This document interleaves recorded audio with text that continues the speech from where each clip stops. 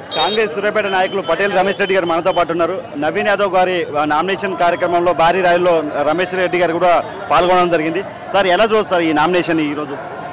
ఈరోజు నామినేషను బ్రహ్మాండంగా జరుగుతున్నది. నవీన్ యాదవ్ గెలుపు ఈ నామినేషన్ కార్యక్రమంతో ఖరారైంది. ఈరోజు ప్రజలందరూ కూడా స్వచ్ఛందంగా ఒక యువకుడు, ఇంజనీరింగ్ గ్రాడ్యుయేటు, లోకల్ వ్యక్తి, గత 15-20 సంవత్సరాలుగా ఈ ప్రాంతంలో సేవ చేస్తూ ప్రజల మన్ననలు పొందడానికి ఈరోజు కాంగ్రెస్ పార్టీ, ముఖ్యంగా రేవంత్ రెడ్డి గారు, సోనియా గాంధీ గారు టికెట్ ఇచ్చిందని ఉత్సాహంగా పాల్గొంటున్నారు. మేము చెప్పడం కాదు, మీరే ఈరోజు చూస్తున్నారు. ఈ ఉత్సాహాన్ని చూస్తుంటే 1,00,000 మెజార్టీతో గెలవబోతున్నామని కూడా ఈ సందర్భంగా తెలియజేస్తున్నాం. సార్, ఏదైతే బీఆర్ఎస్ వాళ్ళు కొన్ని ఎలిగేషన్ తీసుకొస్తున్నారు నవీన్ యాదవ్ గారి మీద, నవీన్ యాదవ్ గారు గెలిస్తే కొన్ని అరాచకాలు ఎక్కువైతాయని చెప్పి, దీన్ని ఎలా చూస్తారు? అంటే బీఆర్ఎస్ మాట్లాడటానికి తలకాయ తోకలేదు. వాళ్ళకి ఏదైనా సిగ్గుంటే ఈరోజు మాట్లాడాలి. బీఆర్ఎస్ అధికారంలో ఉన్నప్పుడు ఈ ప్రాంతానికి మీరు చేసిన అభివృద్ధి ఏంటి? 8 లక్షల కోట్ల ప్రజా సంపద దోసుకున్నారు. రౌడీలు మీరు, గూండాలు మీరు, దోపిడీదారులు మీరు.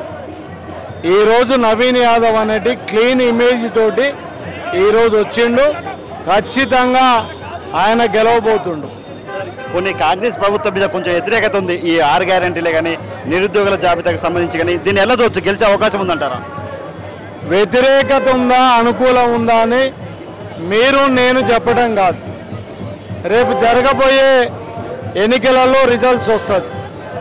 ఒకవేళ మేము గెలిస్తే ఇలా బీఆర్ఎస్ నాయకులు ముక్కుకు నేలకు రాసి మరి ఈ 2 సంవత్సరాలుగా మా మీద విమర్శలకు క్షమాపణలు కోరుతున్నారని మేము అడుగుతున్నాం. ఒకవేళ మేము ఓడిపోతే మా తప్పున్నాయని కూడా ఒప్పుకోవడానికి సిద్ధంగా ఉన్నాం. ఈ ఛాలెంజ్ని స్వీకరిస్తే వాళ్ళని ముందుకు రమ్మనండి. ఈరోజు మేము గెలవబోతున్నాం అనే భయంతో బట్టగాల్చి మీదేసే ప్రయత్నం చేస్తున్నారు తప్ప కాంగ్రెస్ పార్టీ బ్రహ్మాండమైన మెజార్టీతోటి నవీన్ యాదవ్ గెలవబోతుంది.